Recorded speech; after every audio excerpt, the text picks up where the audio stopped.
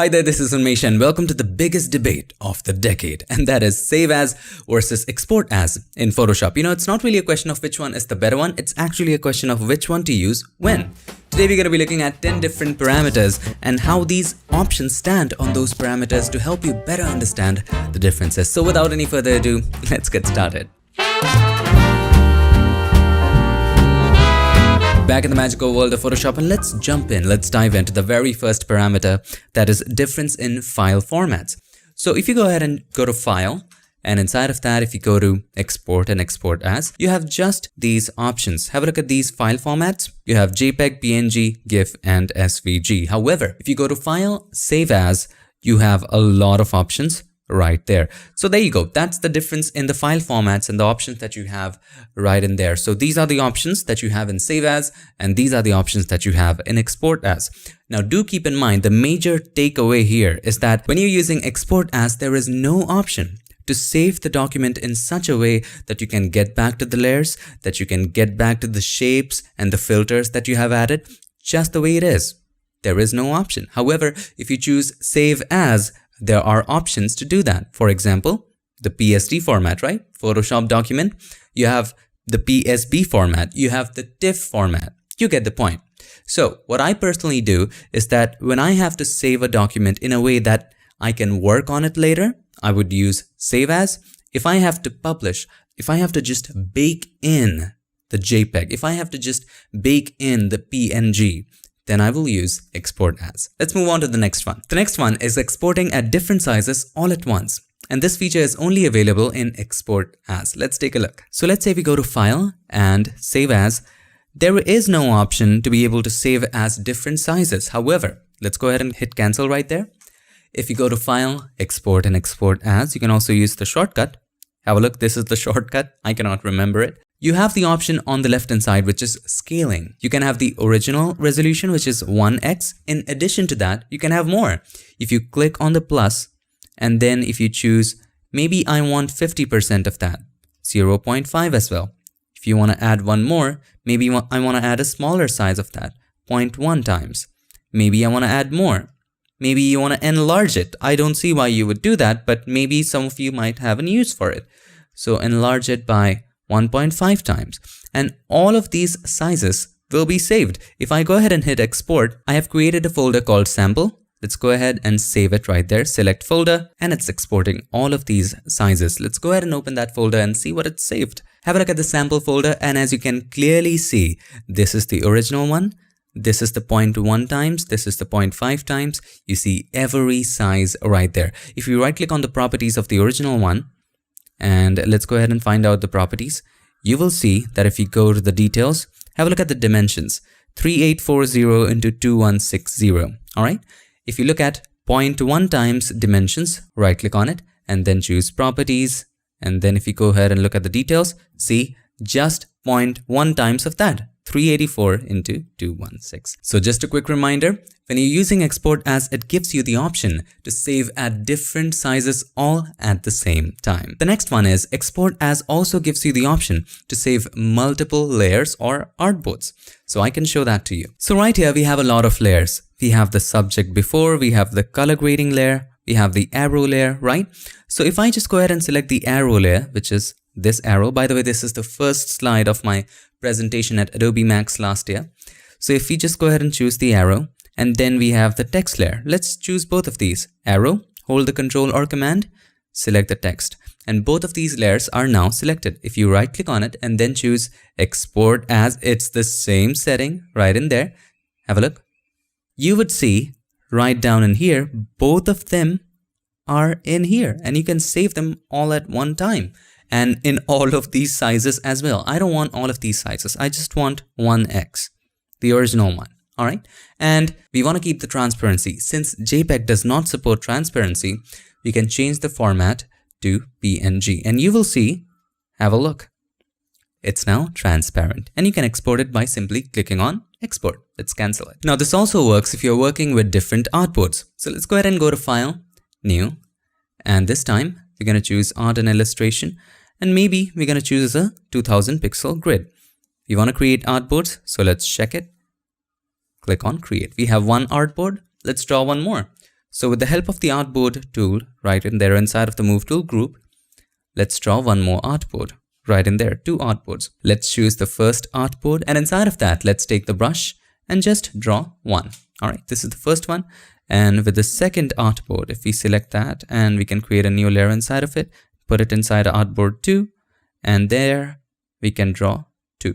So this is the second one.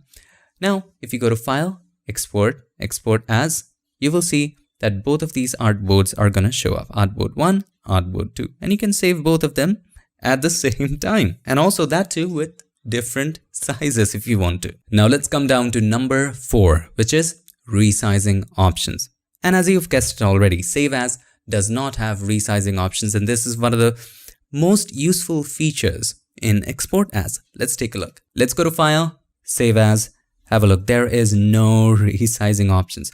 However, if you go to File, Export, Export As, you will see, even if I'm not creating all of these sizes, let's go ahead and delete all of these. There is this image size option during export. So I can change the width, the height. I can maybe save it as 1280 into 720. Now the size of it is reduced to a YouTube thumbnail size. And then you can also change the size by using the scale right there. So you can make it 50%. You can make it 33%. You see how it's working?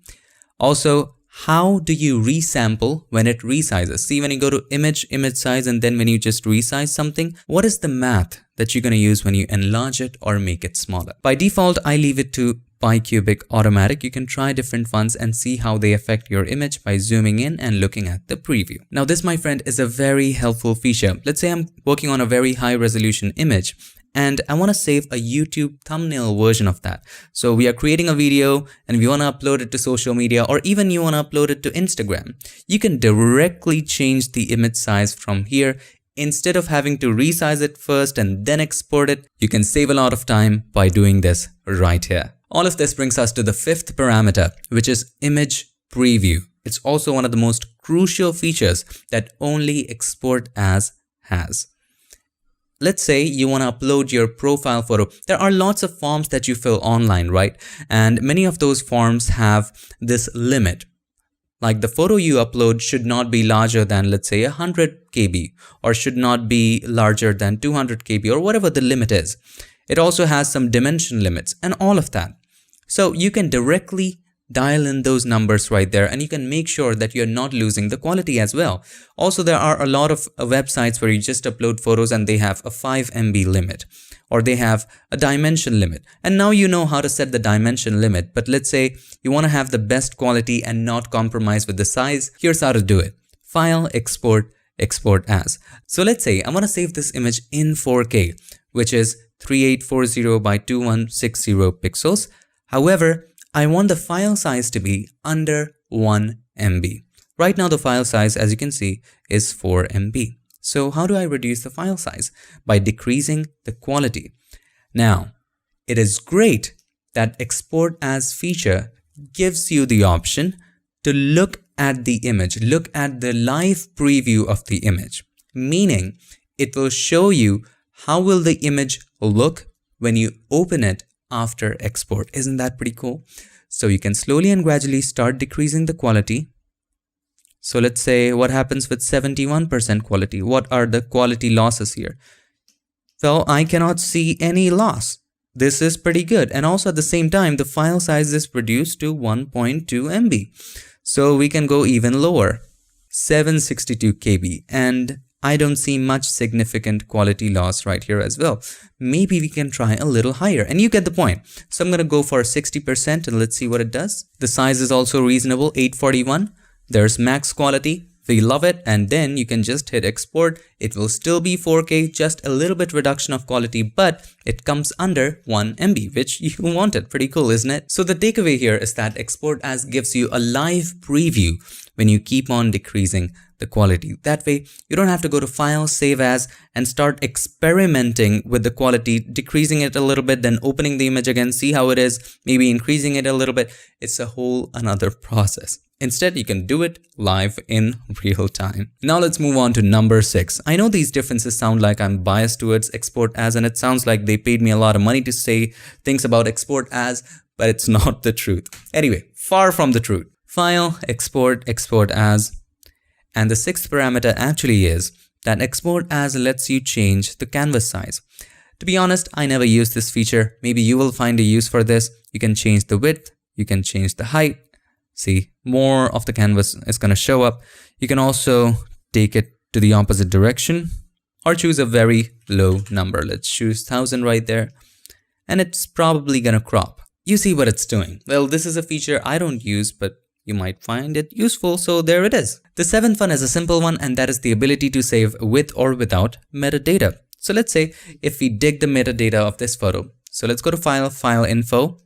There is no metadata at the moment. So you can fill in the details. You might have the camera data, the origin, and all of that. So let's go ahead and type in the author title, and we can type anything, John Doe. Hit OK. All right. Now this has the author title John Doe in metadata. Now, if you go to File, Save As, and we save it as a JPEG, we have selected JPEG right there, and let's save it as example1.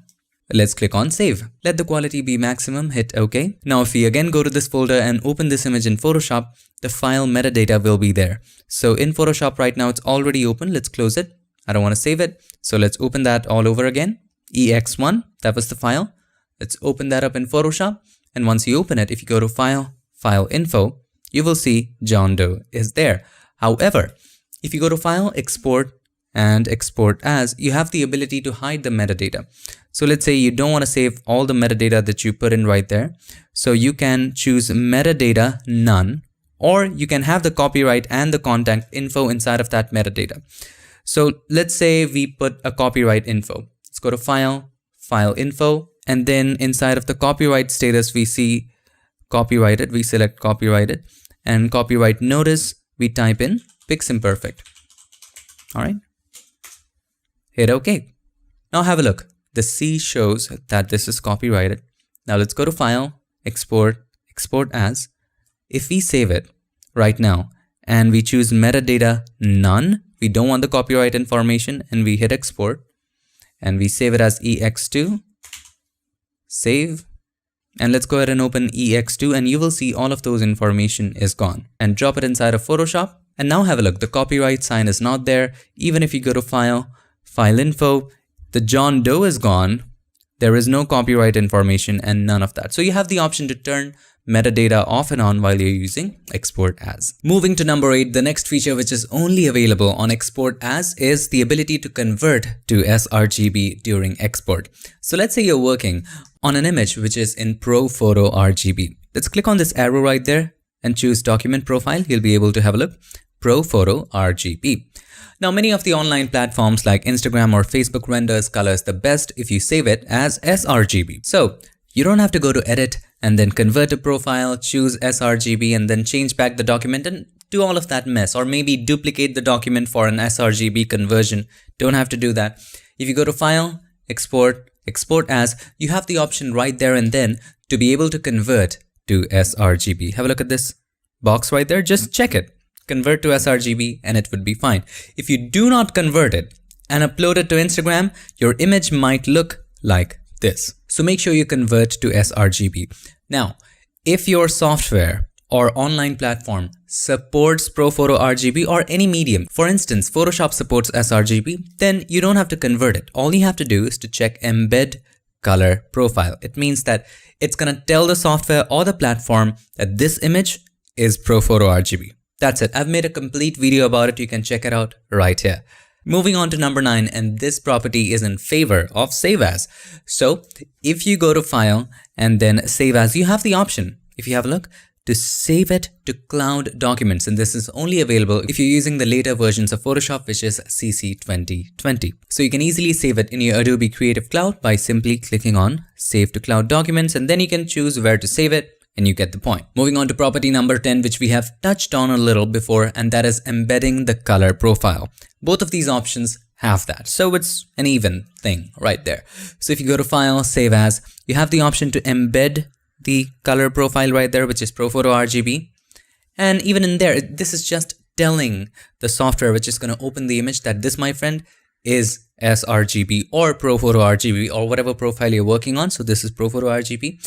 Even if I go to File, Export, export as, it has the same option. It's a very similar thing, that is embedding the color profile. So there you go, my friend. Those are the 10 parameters and how both of these options, which is save as and export as, stand in each of these properties. Well, to cut a long story short, here's the simple thing that you need to remember.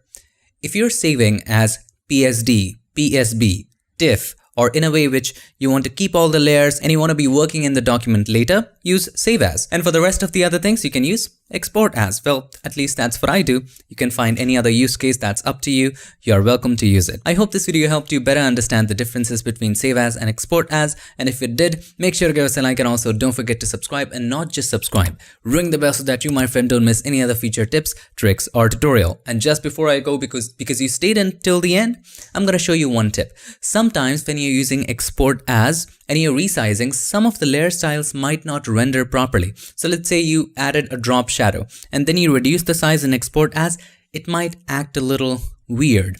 So a tip here is that when you're using export as, create a blank layer at the top and press Ctrl Alt Shift and E, Command Option Shift and E. This creates a stamp visible layer, and then you can go to File, Export, Export as. That way it will always render all the layer styles perfectly. Thank you so much for watching, and I would like to take this moment to thank all these nice and amazing people for supporting this channel on Patreon and helping keep Piximperfect free for everybody forever. I'll see you guys again in the next one. Till then, stay tuned and make sure that you keep creating.